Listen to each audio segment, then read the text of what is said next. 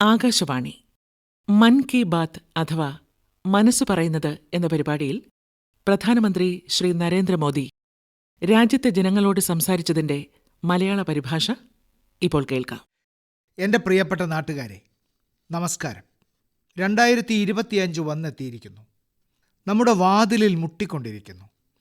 2025 ജനുവരി 26-ന് നമ്മുടെ ഭരണഘടന അതിൻ്റെ 75 വർഷം പൂർത്തിയാക്കാൻ പോകുന്നു. ഇത് നമുക്കെല്ലാവർക്കും വളരെ അഭിമാനകരമായ കാര്യമാണ്. നമ്മുടെ ഭരണഘടനയുടെ ശില്പികൾ നമുക്ക് കൈമാറിയ ഭരണഘടന കാലത്തിൻ്റെ പരീക്ഷണങ്ങളെ അതിജീവിച്ചു. ഭരണഘടന നമുക്ക് ഗൈഡിംഗ് ലൈറ്റാണ്. അത് നമ്മുടെ വഴികാട്ടിയാണ്. ഇന്ത്യൻ ഭരണഘടന കാരണമാണ് ഇന്ന് ഞാൻ ഇവിടെ നിൽക്കുന്നത്, എനിക്ക് നിങ്ങളോട് സംസാരിക്കാൻ കഴിയുന്നത്. ഈ വർഷം ഭരണഘടനാ ദിനമായ നവംബർ 26 മുതൽ ഒരു വർഷം നീണ്ടു നിൽക്കുന്ന നിരവധി പ്രവർത്തനങ്ങൾ തുടങ്ങിയിട്ടുണ്ട്. രാജ്യത്തെ പൗരന്മാരെ ഭരണഘടനയുടെ പൈതൃകവുമായി ബന്ധിപ്പിക്കുന്നതിനായി constitution75.com എന്ന പേരിൽ ഒരു പ്രത്യേക വെബ്സൈറ്റും രൂപീകരിച്ചിട്ടുണ്ട്. ഇതിൽ ഭരണഘടനയുടെ ആമുഖം വായിച്ച് നിങ്ങൾക്ക് നിങ്ങളുടെ വീഡിയോ അപ്ലോഡ് ചെയ്യാം.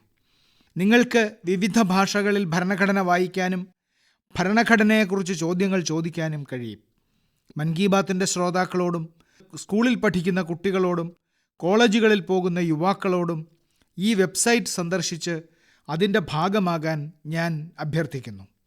സുഹൃത്തുക്കളെ, അടുത്ത മാസം 13 മുതൽ പ്രയാഗ്രാജിൽ മഹാകുംഭമേള നടക്കുന്നുണ്ട്. നിലവിൽ സംഗമതീരത്ത് വലിയ തയ്യാറെടുപ്പുകളാണ് നടക്കുന്നത്. കുറച്ച് ദിവസങ്ങൾക്ക് മുമ്പ് ഞാൻ പ്രയാഗ്രാജിലേക്ക് പോയ സമയത്ത് ഹെലികോപ്റ്ററിൽ നിന്ന് കുംഭമേള പ്രദേശം മുഴുവൻ കാണാൻ കഴിഞ്ഞതിൽ വളരെ സന്തോഷം തോന്നിയിരുന്നു. എത്ര വിശാലം, എത്ര മനോഹരം, എത്ര ഗംഭീരം! മഹാകുംഭമേളയുടെ പ്രത്യേകത അതിൻ്റെ വിശാലതയിൽ മാത്രമല്ല, അതിൻ്റെ വൈവിധ്യത്തിലുമുണ്ട്. കോടിക്കണക്കിന് ആളുകൾ ഈ പരിപാടിയിൽ ഒത്തുകൂടുന്നു. ലക്ഷക്കണക്കിന് സന്യാസിമാർ, ആയിരക്കണക്കിന് സംസ്കാരങ്ങൾ, നൂറുകണക്കിന് സമുദായങ്ങൾ, നിരവധി മഠങ്ങൾ തുടങ്ങി എല്ലാവരും ഈ പരിപാടിയുടെ ഭാഗമാകുന്നു. ഒരിടത്തും വിവേചനമില്ല. ആരും വലുതല്ല, ആരും ചെറുതല്ല. നാനാത്വത്തിൽ ഏകത്വത്തിൻ്റെ ഇത്തരമൊരു രംഗം ലോകത്ത് മറ്റൊരിടത്തും കാണാൻ കഴിയില്ല. അതുകൊണ്ടാണ് കുംഭമേള ഐക്യത്തിൻ്റെ മഹത്തായ കുംഭമേളയാകുന്നത്. ഈ വർഷത്തെ മഹാകുംഭമേളയും ഐക്യത്തിൻ്റെ മഹാകുംഭമേള എന്ന മന്ത്രത്തെ ശക്തിപ്പെടുത്തും. കുംഭമേളയിൽ പങ്കെടുക്കുമ്പോൾ ഐക്യത്തിൻ്റെ ഈ പ്രതിജ്ഞ നമ്മോടൊപ്പം തിരികെ കൊണ്ടുവരണമെന്ന് ഞാൻ നിങ്ങളോട് അഭ്യർത്ഥിക്കുന്നു. സമൂഹത്തിലെ വിഭാഗീയതയും വിദ്വേഷവും തുടച്ചു നീക്കുമെന്ന പ്രതിജ്ഞയും നമുക്കെടുക്കാം. ഏതാനും വാക്കുകളിൽ പറയേണ്ടി വന്നാൽ ഞാൻ ഇങ്ങനെ പറയും: മഹാകുംഭമേളയുടെ സന്ദേശം രാജ്യം മുഴുവൻ ഒന്നാവണം. മഹാകുംഭമേളയുടെ സന്ദേശം രാജ്യം മുഴുവൻ ഒന്നാവണം. ഇത് മറ്റൊരു രീതിയിൽ പറയേണ്ടി വന്നാൽ ഞാൻ പറയും: തടസ്സമില്ലാതൊഴുകും ഗംഗ പോലെ നമ്മുടെ സമൂഹം അവിഭാജനീയം. തടസ്സമില്ലാതൊഴുകും ഗംഗ പോലെ നമ്മുടെ സമൂഹം അവിഭാജനീയം. സുഹൃത്തുക്കളെ, ഇത്തവണ പ്രയാഗ്രാജിൽ രാജ്യത്തിൻ്റെയും ലോകത്തിൻ്റെയും വിവിധ ഭാഗങ്ങളിൽ നിന്നുള്ള ഭക്തർ ഡിജിറ്റൽ മഹാകുംഭമേളയ്ക്ക് സാക്ഷ്യം വഹിക്കും. ഡിജിറ്റൽ നാവിഗേഷൻ്റെ സഹായത്തോടെ നിങ്ങൾക്ക് വിവിധ കടവുകൾ, ക്ഷേത്രങ്ങൾ, സന്യാസിമാരുടെ മഠങ്ങൾ എന്നിവയിലേക്കുള്ള വഴി ലഭിക്കും. ഈ നാവിഗേഷൻ സംവിധാനം പാർക്കിംഗ് സ്ഥലത്തെത്താനും നിങ്ങളെ സഹായിക്കും. ഇതാദ്യമായിട്ടാണ് കുംഭമേളയിൽ AI ചാറ്റ്ബോട്ട് ഉപയോഗിക്കുന്നത്. AI ചാറ്റ്ബോട്ട് വഴി കുംഭമേളയുമായി ബന്ധപ്പെട്ട എല്ലാത്തരം വിവരങ്ങളും 11 ഭാരതീയ ഭാഷകളിൽ ലഭിക്കും.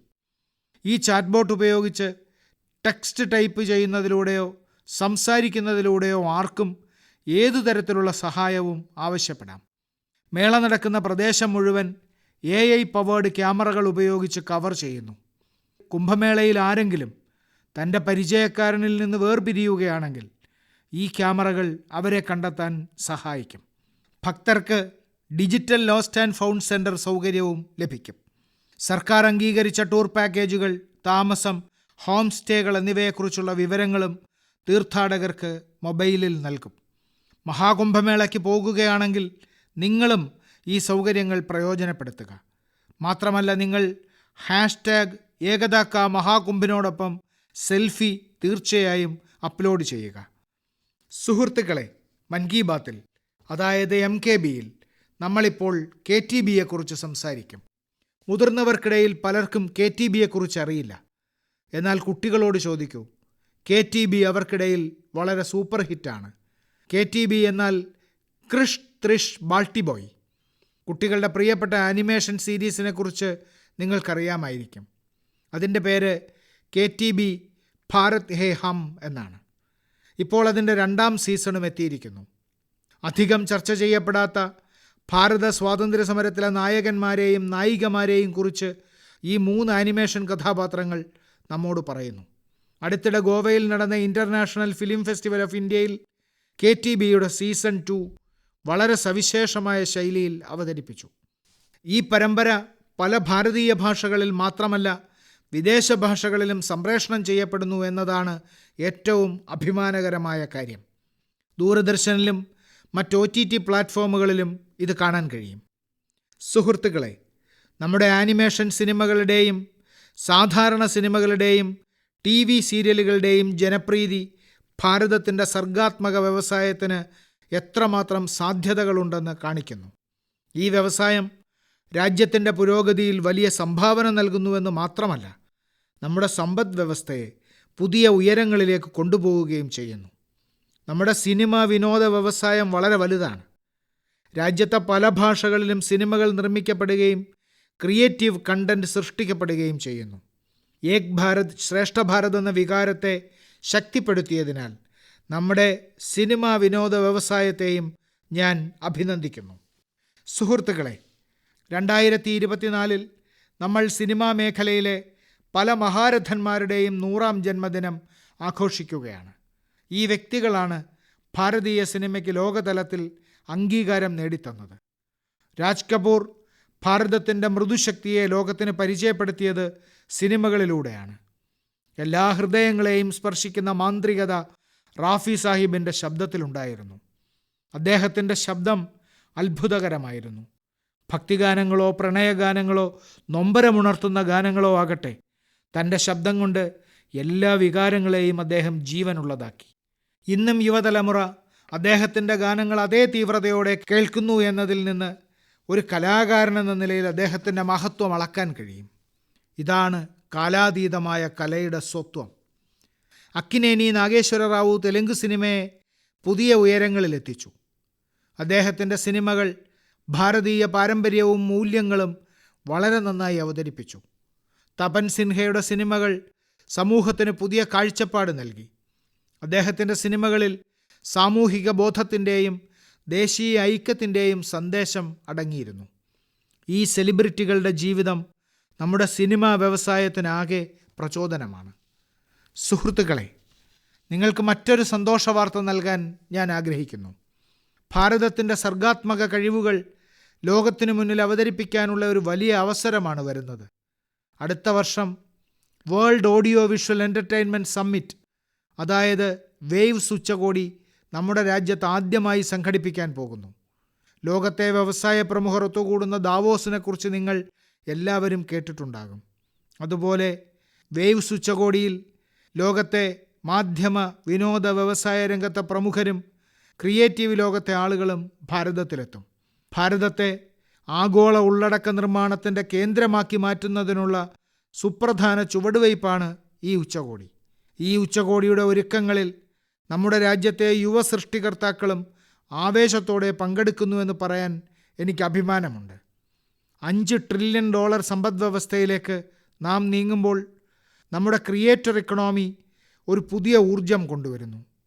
നിങ്ങളൊരു തുടക്കക്കാരനോ അറിയപ്പെടുന്ന കലാകാരനോ ബോളിവുഡുമായി ബന്ധപ്പെട്ട ആളോ പ്രാദേശിക സിനിമ TV വ്യവസായത്തിലെ പ്രൊഫഷണലോ ആനിമേഷൻ ഗെയിമിംഗ് അല്ലെങ്കിൽ വിനോദ സാങ്കേതിക വിദ്യയിൽ വിദഗ്ധനോ ആകട്ടെ, ഭാരതത്തിലെ മുഴുവൻ വിനോദ സർഗാത്മക വ്യവസായത്തോടും ഞാൻ അഭ്യർത്ഥിക്കുന്നു, നിങ്ങളെല്ലാവരും വേവ്സ് ഉച്ചകോടിയുടെ ഭാഗമാകണം.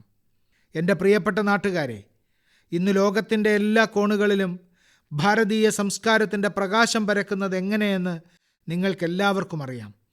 നമ്മുടെ സാംസ്കാരിക പൈതൃകത്തിൻ്റെ ആഗോള വികാസത്തിന് സാക്ഷ്യം വഹിക്കുന്ന 3 ഭൂഖണ്ഡങ്ങളിൽ നിന്നുള്ള ശ്രമങ്ങളെക്കുറിച്ച് ഇന്ന് ഞാൻ നിങ്ങളോട് പറയാം. അവയെല്ലാം പരസ്പരം കിലോമീറ്ററുകൾ അകലെയാണ്. എന്നാൽ ഭാരതത്തെ അറിയാനും നമ്മുടെ സംസ്കാരത്തിൽ നിന്ന് പഠിക്കാനുമുള്ള അവരുടെ ആഗ്രഹം ഒന്നുതന്നെയാണ്. സുഹൃത്തുക്കളെ, ചിത്രങ്ങളുടെ ലോകം എത്രത്തോളം നിറങ്ങളാൽ നിറയുന്നുവോ അത്രത്തോളം മനോഹരമാകും. നിങ്ങൾ ടി വിയിലൂടെ മൻ കി ബാത്ത് വീക്ഷിക്കുന്നവർക്ക് ഇപ്പോൾ ടി വിയിൽ ചില പെയിൻറ്റിങ്ങുകൾ കാണാൻ കഴിയും. ഈ ചിത്രങ്ങളിൽ ദേവീദേവന്മാരെയും നൃത്തകലകളെയും മഹത്തായ വ്യക്തികളെയും കാണുമ്പോൾ നിങ്ങൾക്ക് വളരെ സന്തോഷം തോന്നും. ഇവയിൽ നിങ്ങൾക്ക് മൃഗങ്ങളെ കാണാൻ കഴിയും. കൂടാതെ ഭാരതത്തിൽ കാണുന്ന മറ്റു പലതും. 13 വയസ്സുള്ള ഒരു പെൺകുട്ടി വരച്ച താജ്മഹലിൻ്റെ അതിമനോഹരമായൊരു പെയിൻറ്റിങ്ങും ഇതിൽ ഉൾപ്പെടുന്നു. ദിവ്യാംഗയായ ഈ പെൺകുട്ടി വായ കൊണ്ടാണ് ഈ പെയിൻറ്റിംഗ് ഒരുക്കിയതെന്നറിഞ്ഞാൽ നിങ്ങൾ അത്ഭുതപ്പെടും.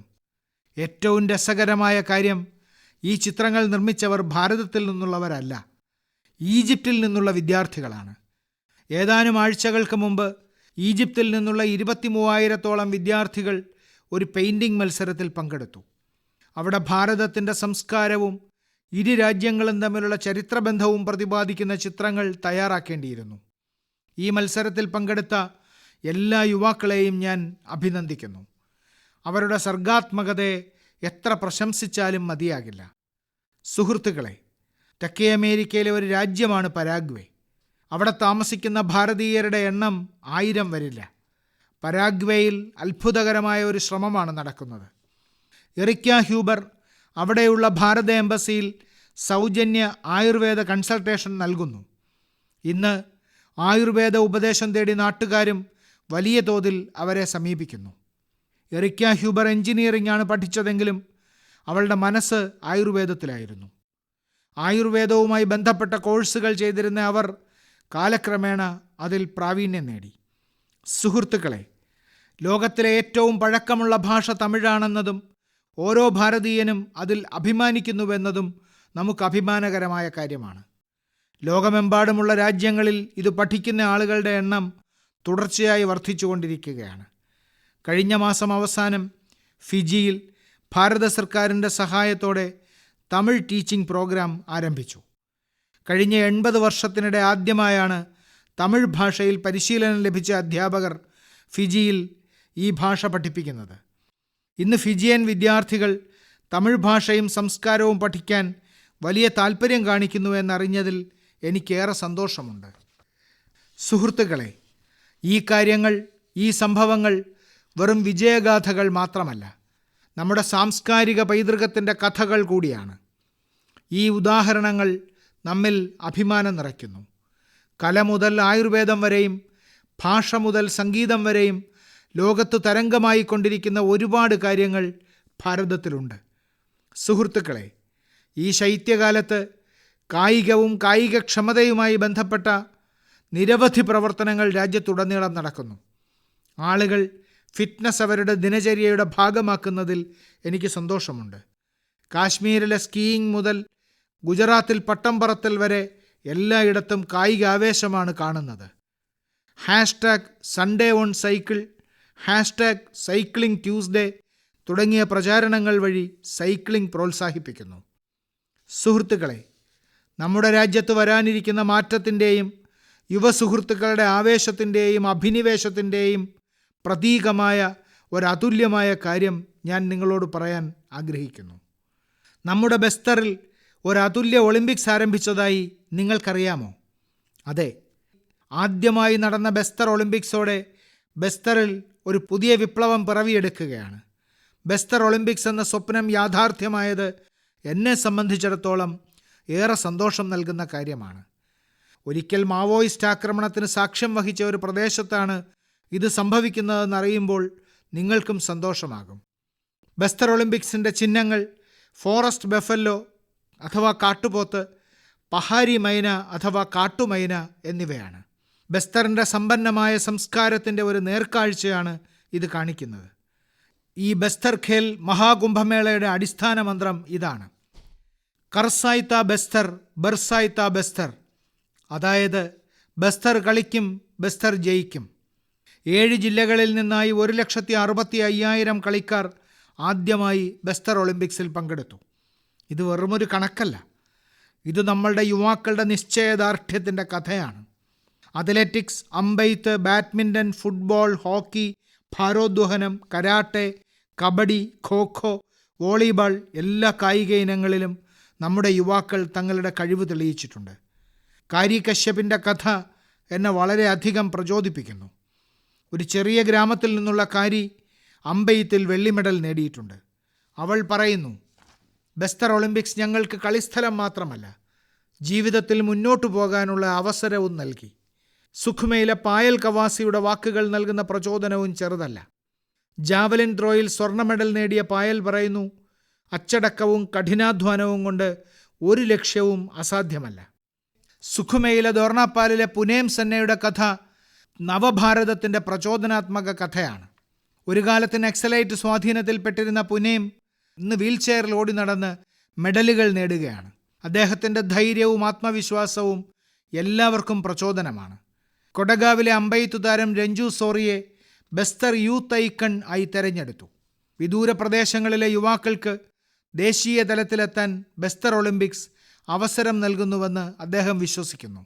സുഹൃത്തുക്കളെ, ബസ്തർ ഒളിമ്പിക്സ് ഒരു കായികവേദി മാത്രമല്ല, ഇത് വികസനത്തിൻ്റെയും കായിക മത്സരങ്ങളുടെയും സംഗമവേദിയാണ്. ഇവിടെ നമ്മുടെ യുവാക്കൾ അവരുടെ കഴിവുകൾ മാറ്റുരയ്ക്കുകയും നവഭാരതം കെട്ടിപ്പടുക്കുകയും ചെയ്യുന്നു. ഞാൻ നിങ്ങളോട് അഭ്യർത്ഥിക്കുന്നു, നിങ്ങളുടെ പ്രദേശത്ത് ഇത്തരം കായിക പരിപാടികൾ സംഘടിപ്പിക്കുന്നതിന് വേണ്ട പ്രോത്സാഹനം നൽകുക. നിങ്ങളുടെ പ്രദേശത്തെ കായിക പ്രതിഭകളുടെ കഥകൾ #ഖേലേഗാ ഭാരത് ജീതേഗാ ഭാരതുമായി പങ്കിടുക. പ്രാദേശിക കായിക പ്രതിഭകൾക്ക് വളരാനുള്ള അവസരം നൽകുക. ഓർക്കുക, സ്പോർട്സ് ശാരീരിക വളർച്ചയിലേക്ക് നയിക്കുക മാത്രമല്ല, സ്പോർട്സ്മാൻ സ്പിരിറ്റിലൂടെ സമൂഹത്തെ ബന്ധിപ്പിക്കുന്നതിനുള്ള ശക്തമായ ഒരു മാധ്യമം കൂടിയാണ്.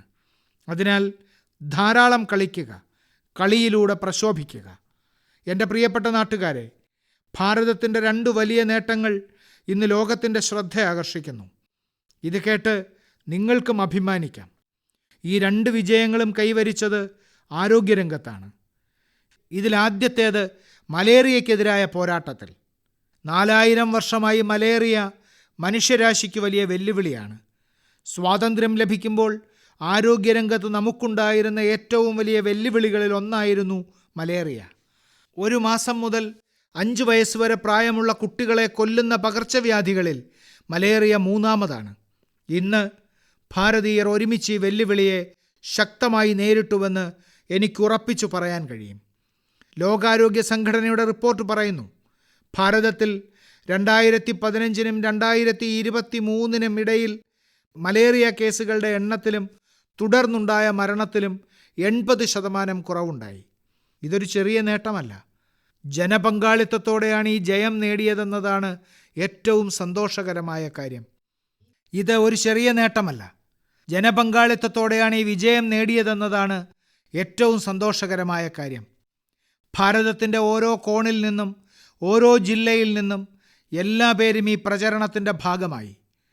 അസമിലെ ജോർഹട്ടിലെ തേയിലത്തോട്ടങ്ങളിലെ മലേറിയ 4 വർഷം മുമ്പ് വരെ ജനങ്ങളെ ആശങ്കയിലാക്കിയിരുന്നു.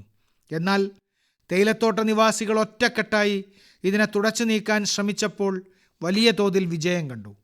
ഈ ശ്രമത്തിൽ അവർ സാങ്കേതികവിദ്യയെയും സോഷ്യൽ മീഡിയയെയും പൂർണ്ണമായും ഉപയോഗിച്ചു. അതുപോലെ ഹരിയാനയിലെ കുരുക്ഷേത്ര ജില്ലയും മലേറിയ നിയന്ത്രിക്കുന്നതിന് വളരെ നല്ല മാതൃകയാണ് അവതരിപ്പിച്ചിരിക്കുന്നത്. ഇവിടെ മലേറിയ നിരീക്ഷണത്തിൽ പൊതുജന പങ്കാളിത്തം വളരെ വിജയകരമായിരുന്നു. തെരുവു നാടകങ്ങളിലൂടെയും റേഡിയോയിലൂടെയും സന്ദേശങ്ങൾ ഊന്നിപ്പറഞ്ഞത് കൊതുകുകളുടെ പ്രജനനം കുറയ്ക്കുന്നതിനുള്ള പ്രവർത്തനങ്ങൾക്ക് ഏറെ സഹായകമായി. രാജ്യത്തുടനീളമുള്ള ഇത്തരം ശ്രമങ്ങളിലൂടെയാണ് മലേറിയയ്ക്കെതിരായ പോരാട്ടം കൂടുതൽ വേഗത്തിൽ മുന്നോട്ട് കൊണ്ടുപോകാൻ നമുക്ക് കഴിഞ്ഞത്. സുഹൃത്തുക്കളെ, നമ്മുടെ അവബോധവും നിശ്ചയദാർഢ്യവും കൊണ്ട് നമുക്ക് എന്തും നേടാനാകുമെന്നതിൻ്റെ മറ്റൊരു ഉദാഹരണം ക്യാൻസറിനെതിരായ പോരാട്ടമാണ്. ലോകപ്രശസ്ത മെഡിക്കൽ ജേണലായ ലാൻസെറ്റിൻ്റെ പഠനം തീർച്ചയായും ഏറെ പ്രതീക്ഷ നൽകുന്നതാണ്. ഈ ജേണൽ പ്രകാരം ഭാരതത്തിൽ കൃത്യസമയത്ത് ക്യാൻസർ ചികിത്സ ആരംഭിക്കാനുള്ള സാധ്യത ഗണ്യമായി വർദ്ധിച്ചു. കൃത്യസമയത്ത് ചികിത്സ എന്നാൽ ക്യാൻസർ രോഗിയുടെ ചികിത്സ 30 ദിവസത്തിനുള്ളിൽ ആരംഭിക്കുന്നു എന്നതാണ്.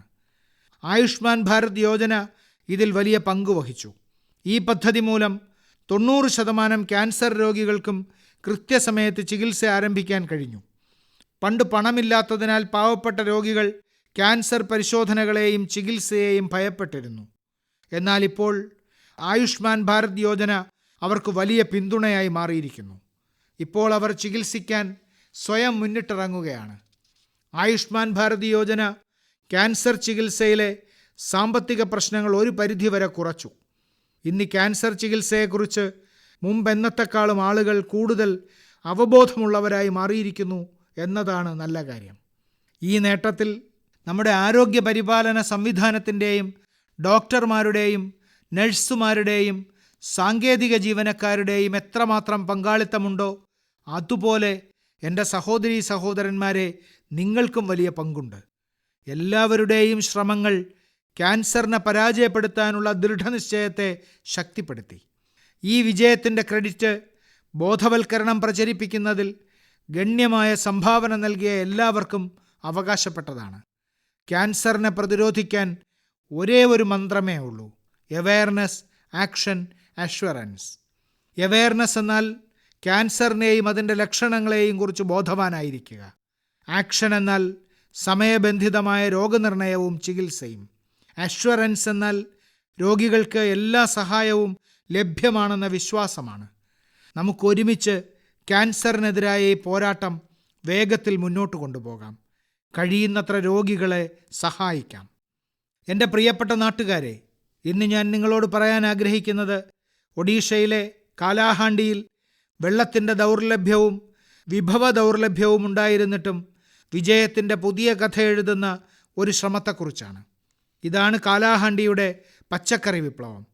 ഒരു കാലത്ത് കർഷകർ നാടുവിടാൻ നിർബന്ധിതരായിരുന്നിടത്ത് ഇന്ന് കാലാഹാണ്ടിയിലെ ഗോലമുണ്ട ബ്ലോക്ക് ഒരു പച്ചക്കറി കേന്ദ്രമായി മാറിയിരിക്കുന്നു. എങ്ങനെയാണ് ഈ മാറ്റമുണ്ടായത്? വെറും 10 കർഷകരടങ്ങുന്ന ഒരു ചെറിയ സംഘത്തിലൂടെയായിരുന്നു തുടക്കം. ഇവർ സംഘം ചേർന്ന് ഒരു FPO സ്ഥാപിച്ചു, കർഷക ഉത്പാദക സംഘടന. കൃഷിയിൽ ആധുനിക സാങ്കേതികവിദ്യ ഉപയോഗിക്കാൻ തുടങ്ങി. ഇന്നിവരുടെ FPO കോടികളുടെ ബിസിനസ് ചെയ്യുന്നു.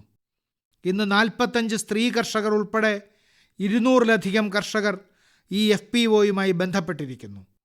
ഇവർ ചേർന്ന് 200 ഏക്കറിൽ തക്കാളിയും 150 ഏക്കറിൽ കൈപ്പയ്ക്കയും ഉൽപ്പാദിപ്പിക്കുന്നു. ഇപ്പോൾ ഈ FPOയുടെ വാർഷിക വിറ്റുവരവും 1.5 കോടിയിലേറെയായി ഉയർന്നു. ഇന്ന് കാലാഹാണ്ടിയിൽ നിന്നുള്ള പച്ചക്കറികൾ ഒഡീഷയിലെ വിവിധ ജില്ലകളിൽ മാത്രമല്ല മറ്റ് സംസ്ഥാനങ്ങളിലും എത്തുന്നു. അവിടെയുള്ള കർഷകർ ഇപ്പോൾ ഉരുളക്കിഴങ്ങ്, ഉള്ളി എന്നിവയുടെ പുതിയ കൃഷി സാങ്കേതിക വിദ്യകൾ പഠിക്കുന്നു. സുഹൃത്തുക്കളെ, നിശ്ചയദാർഢ്യവും കൂട്ടായ പ്രയത്നവും കൊണ്ട് നേടിയെടുക്കാൻ കഴിയാത്തതായി ഒന്നുമില്ല എന്ന് കാലാഹാണ്ടിയുടെ ഈ വിജയം നമ്മെ പഠിപ്പിക്കുന്നു. ഞാൻ നിങ്ങളോടെല്ലാവരോടും അഭ്യർത്ഥിക്കുന്നു, നിങ്ങളുടെ പ്രദേശത്ത് FPO പ്രോത്സാഹിപ്പിക്കുക. കർഷക ഉത്പാദക സംഘടനകളിൽ ചേരുകയും അവയെ ശക്തിപ്പെടുത്തുകയും ചെയ്യുക. ഓർക്കുക, ചെറിയ തുടക്കങ്ങളിൽ നിന്ന് പോലും വലിയ മാറ്റങ്ങൾ സാധ്യമാണ്. നമുക്ക് വേണ്ടത് നിശ്ചയദാർഢ്യവും ഐക്യബോധവുമാണ്. സുഹൃത്തുക്കളെ, ഇന്നത്തെ മൻ കി ബാത്തിൽ നമ്മുടെ ഭാരതം നാനാത്വത്തിൽ ഏകത്വത്തോടെ എങ്ങനെ മുന്നേറുന്നുവെന്ന് കേട്ടു. അത് കായിക മേഖലയായാലും ശാസ്ത്രം, ആരോഗ്യം, വിദ്യാഭ്യാസം തുടങ്ങിയ മേഖലകളായാലും ഭാരതം എല്ലാ മേഖലകളിലും പുതിയ ഉയരങ്ങൾ തൊടുകയാണ്. ഒരു കുടുംബമെന്ന നിലയിൽ നമ്മൾ എല്ലാ വെല്ലുവിളികളെയും അഭിമുഖീകരിക്കുകയും പുതിയ വിജയങ്ങൾ നേടുകയും ചെയ്തു. 2014 ആരംഭിച്ച മൻ കി ബാത്ത് രാജ്യത്തിൻ്റെ കൂട്ടായ ശക്തിയുടെ ജീവനുള്ള രേഖയായി മാറിയതായി 116 അധ്യായങ്ങളിലൂടെ ഞാൻ കണ്ടു. നിങ്ങളെല്ലാവരും ഈ പരിപാടി നെഞ്ചിലേറ്റി, നിങ്ങളുടേതാക്കി. എല്ലാ മാസവും നിങ്ങൾ നിങ്ങളുടെ ആശയങ്ങളും പരിശ്രമങ്ങളും പങ്കിട്ടു. ചിലപ്പോഴൊക്കെ ഒരു യങ് ഇന്നവേറ്ററുടെ ആശയം ആകർഷിച്ചു, ചിലപ്പോൾ മകളുടെ നേട്ടത്തിൽ അഭിമാനിച്ചു. നിങ്ങളുടെ എല്ലാവരുടെയും പങ്കാളിത്തമാണ് രാജ്യത്തിൻ്റെ എല്ലാ കോണുകളിൽ നിന്നും പോസിറ്റീവ് എനർജി ഒരുമിച്ച് കൊണ്ടുവരുന്നത്. ഈ പോസിറ്റീവ് എനർജി വർദ്ധിപ്പിക്കുന്നതിനുള്ള ഒരു വേദിയായി മൻ കി ബാത്ത് മാറി. ഇപ്പോൾ 2025 വാതിലിൽ മുട്ടുകയാണ്. വരും വർഷത്തിൽ മൻ കി ബാത്തിലൂടെ കൂടുതൽ പ്രചോദനാത്മകമായ ശ്രമങ്ങൾ നമുക്ക് പങ്കിടാം. രാജ്യത്തെ ജനങ്ങളുടെ പോസിറ്റീവ് ചിന്തയും ഇന്നൊവേഷൻ മനോഭാവവും കൊണ്ട് ഭാരതം പുതിയ ഉയരങ്ങൾ തൊടുമെന്നെനിക്ക് ഉറപ്പുണ്ട്. നിങ്ങൾക്ക് ചുറ്റുമുള്ള അതുല്യമായ ശ്രമങ്ങൾ #മൻ കി ബാത്തുമായി പങ്കിടുന്നത് തുടരുക. അടുത്ത വർഷത്തെ എല്ലാ മൻ കി ബാത്തിലും നമുക്ക് പരസ്പരം പങ്കുവയ്ക്കാൻ ഒരുപാട് കാര്യങ്ങളുണ്ടാകുമെന്ന് എനിക്കറിയാം. നിങ്ങൾക്കെല്ലാവർക്കും 2025-ന്റെ 1000 ശുഭാശംസകൾ. ആരോഗ്യവാന്മാരായിരിക്കുക, സന്തോഷവാന്മാരായിരിക്കുക, ഫിറ്റ് ഇന്ത്യ മൂവ്മെൻറ്റിൽ പങ്കാളികളാവുക, സ്വയം ആരോഗ്യം ശ്രദ്ധിക്കുക, ജീവിതത്തിൽ മുന്നേറുക. വളരെ നന്ദി. മൻ കി ബാത്ത് അഥവാ മനസ്സ് പറയുന്നത് എന്ന പരിപാടിയിൽ പ്രധാനമന്ത്രി ശ്രീ നരേന്ദ്രമോദി രാജ്യത്തെ ജനങ്ങളോട് സംസാരിച്ചതിന്റെ മലയാള പരിഭാഷയാണ് ഇതുവരെ കേട്ടത്.